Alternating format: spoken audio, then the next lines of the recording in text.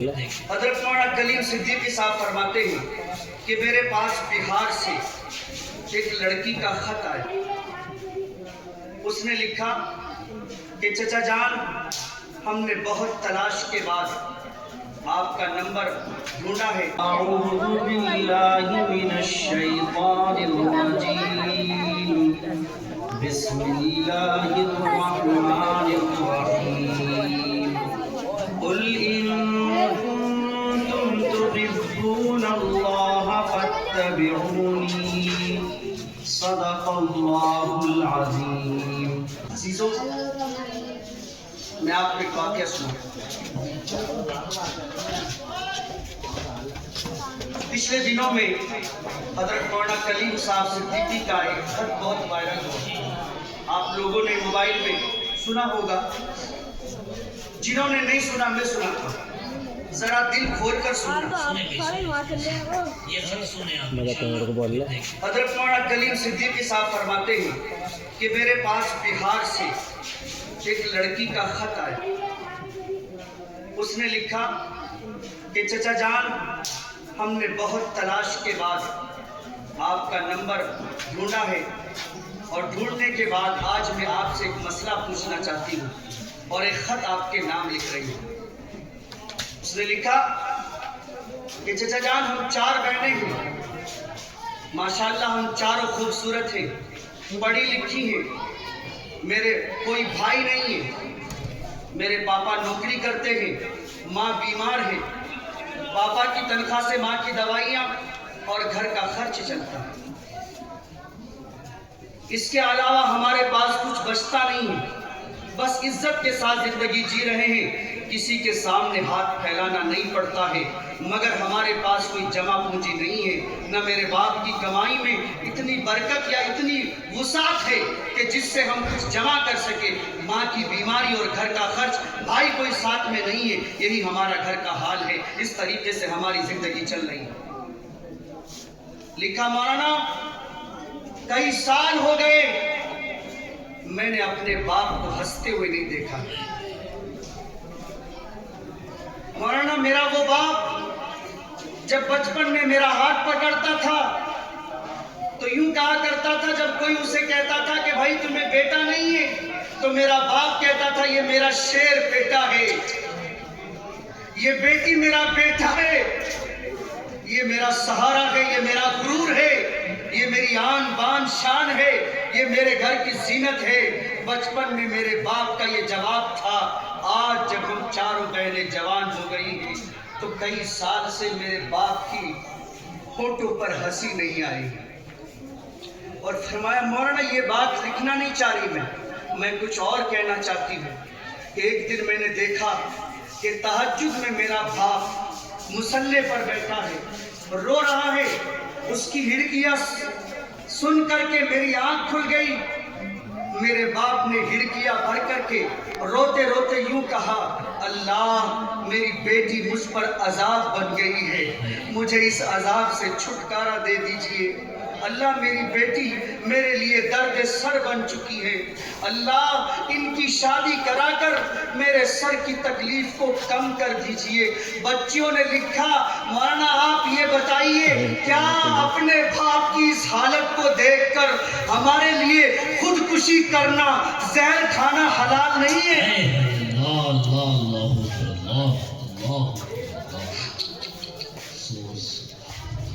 کیا اب بھی ہم زہر نہیں کھا سکتے؟ کیا اب بھی ہمارے لیے خودکشی کرنا حلال نہیں ہوگا؟ ان بچیوں کو اس موڑ پر لانے والے ہم ہیں۔ آپ کہتے ہو نا کہ فلاں کے ساتھ بھاگ گئی، دوسرے دھرم میں چلی گئی، بڑا غصہ آتا ہے، بہت برا لگتا ہے کہ یہ کر لیا، وہ کر لیا۔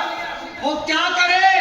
اسے پتا ہے کہ اس لڑکے کا جس کی مجھ سے شادی ہونی ہے، اس کے باپ نے اس کے بازو میں طاقت پیدا نہیں کی ہے، یہ کچھ کما نہیں سکتا، یہ میرے باپ کی کمائی پر پلے گا۔ اس کو پتا ہے کہ جب تک بلٹ کے پیسے نہیں ہوں گے میری شادی نہیں ہو سکتی، اور بلٹ کے پیسے میرے باپ کے پاس ہوں گے نہیں۔ یہی نہیں ہے اور جب وقت گزرتا ہے آپ کی بھابھی جو گھر میں آتی ہے اس کے تانے الگ سننے پڑتے ہیں، یہ سانڈ کا سانڈ یا گھر میں پڑا ہوا ہے، اسے کوئی لینے بھی نہیں آتا ہے، گھر کی آپ کی چچا زید بہن اس کو تانے دیتی ہے، بھابھی تانے دیتی ہے، آپ کے پڑوس والے تانا دیتے، وہ کس کس کے تانے سنے، وہ کیا کرے؟ اسے پتا ہے کہ بلٹ کے پیسے نہیں ہوں گے، میری شادی نہیں ہوگی، جب نہیں ہوگی یہ لوگ مجھے جینے نہیں دیں گے، وہ زہر کھا لیتی ہے، کسی کے ساتھ نکل کر بھاگ جاتی ہے، کیونکہ وہی جانتی ہے اس تکلیف کو جسے وہ برداشت کرتی ہے، اور یہ پیدا کرنے والے ہم اور آپ ہیں۔ آپ تو کہیں گے کہ جی اگر میں جہیز نہ دوں تو میری بچی سے شادی کون کرے؟ آپ کا یہی سوال ہے نا کہ اگر میں جہیز نہیں دوں گا تو میری بچی سے کوئی شادی نہیں کرے گا، مجبوری ہے۔ تو میں یہ کہتا ہوں کہ آپ کو صرف لڑکی ہی لڑکی ہے کیا؟ لڑکے نہیں ہیں؟ لڑکے بھی تو ہیں۔ ارے اگر کوئی تمہاری لڑکی کو بغیر جہیز کے نہیں لیتا ہے تو تم اپنے لڑکے سے شروعات کرو، کہو کہ میں اپنے بیٹے کی شادی بغیر جہیز کے کروں گا۔ تمہیں خدا کی طاقت پر یقین نہیں ہے کیا اللہ روٹی نہیں دے گا، روزی نہیں دے گا؟ سسرال سے گاڑی نہیں ملے گی تو آپ بائک پر نہیں بیٹھو گے کیا؟ سسرال سے پلنگ نہیں ملے گا تو چارپائی نہیں ملے گی؟ آپ کو اللہ پر یقین نہیں ہے؟ ارے میرے نبی نے فرمایا تھا ایک زمانہ ایسا آئے گا کہ ایک سنت کو زندہ کرنے والے کو 100 اللہ کے راستے میں گردن کٹانے والوں کے برابر ثواب ملے گا۔ وہ یہی تو سنتیں ہیں، یہی وہ سنتیں ہیں کہ جن پر عمل کرنے سے 100 شہیدوں کا ثواب ملتا ہے۔ کون زندہ کرے گا ان سنتوں کو؟ اپنے بیٹے سے شروعات کریں۔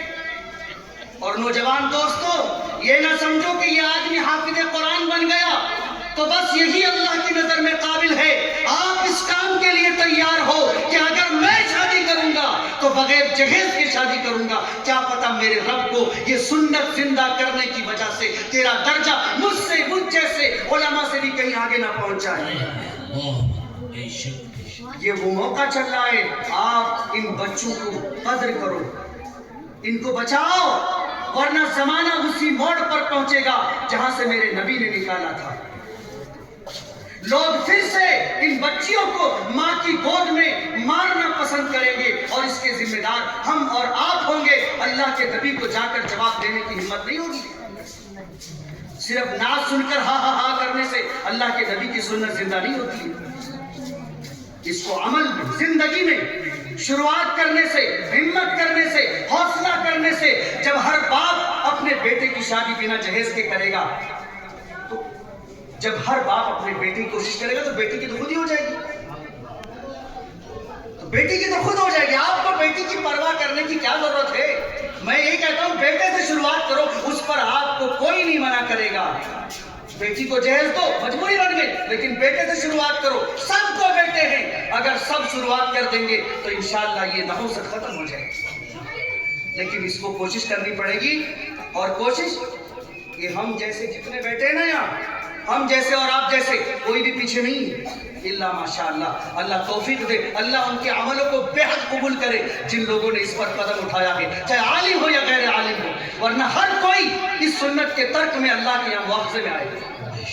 آج بچیوں کو زندہ درگور کرنے کی دوبارہ کوشش ہو رہی ہے، اس لیے کہ شادی کو اتنا مہنگا کر دیا کہ بچیاں گھر سے بھاگنے پر مجبور ہیں۔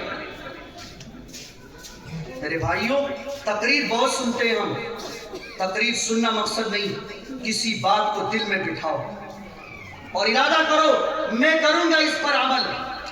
میں دیکھتا ہوں میرا بچہ بھوکا مرے گا کیا سسرال کے مال سے ہی میرے بچے کو گاڑی ملے گی؟